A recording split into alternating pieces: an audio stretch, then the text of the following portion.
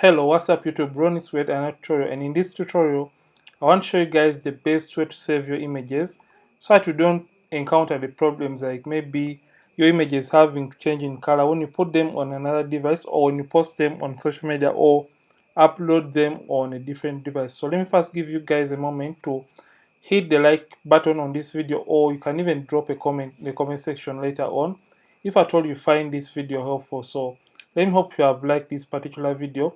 So I'll show you guys two particular ways in which you may be able to save your images in Photoshop. So as you can see, I already did adjustments to this image, like I did the dodging and burning, the color grading and everything. So in order to embed everything, I'll show you guys the wrong way most of you guys save your images in Photoshop.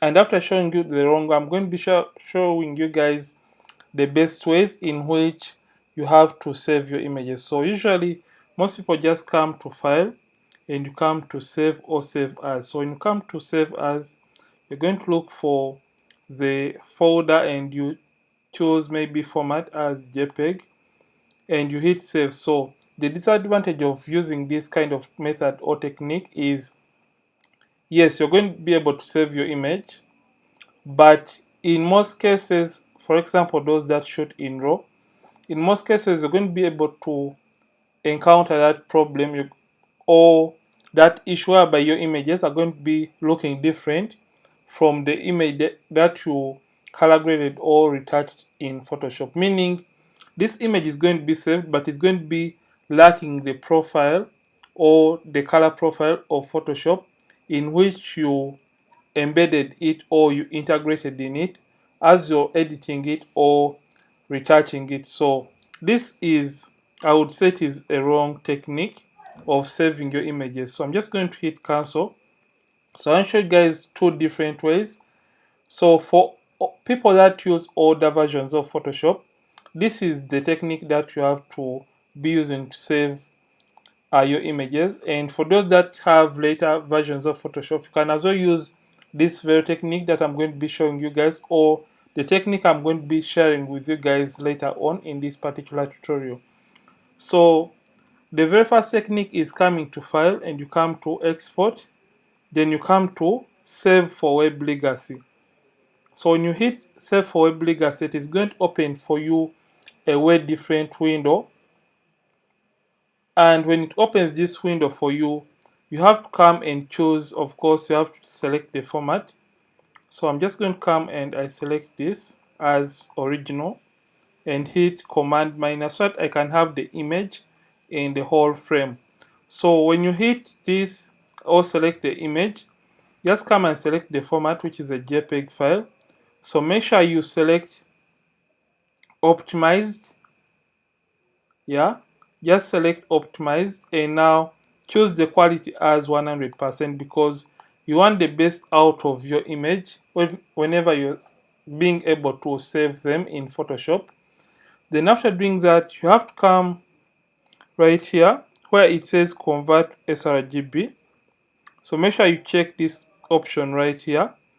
And also, like I forgot to tell you, you have to also embed the color profile. So when you check these two options right here, it means that you're going to be able to embed those two colors when you're color grading. So it's going to embed the original colors in the file and also embed the colors that you applied onto the image during the color grading process. So make sure you check or select these two options, embed color profile and convert to sRGB, quality at 100, and the format of course is JPEG. And after doing that, that is all, and you can just come and hit save. So that is the very first technique in order to save your images. So the very second technique is going to be simply coming back to this option, and this is for those that have later or newer versions of Photoshop. So for those that have newer versions of Photoshop, you can use the method I've shown you. But if at all that looks a little bit complex, you can simply come right here to File and you come to Export and come to Export As. So it is going to take a few seconds to load, and after it has loaded, so it is going to bring for you this window right here, and here you can see that it shows us the file size and the details or the dimensions.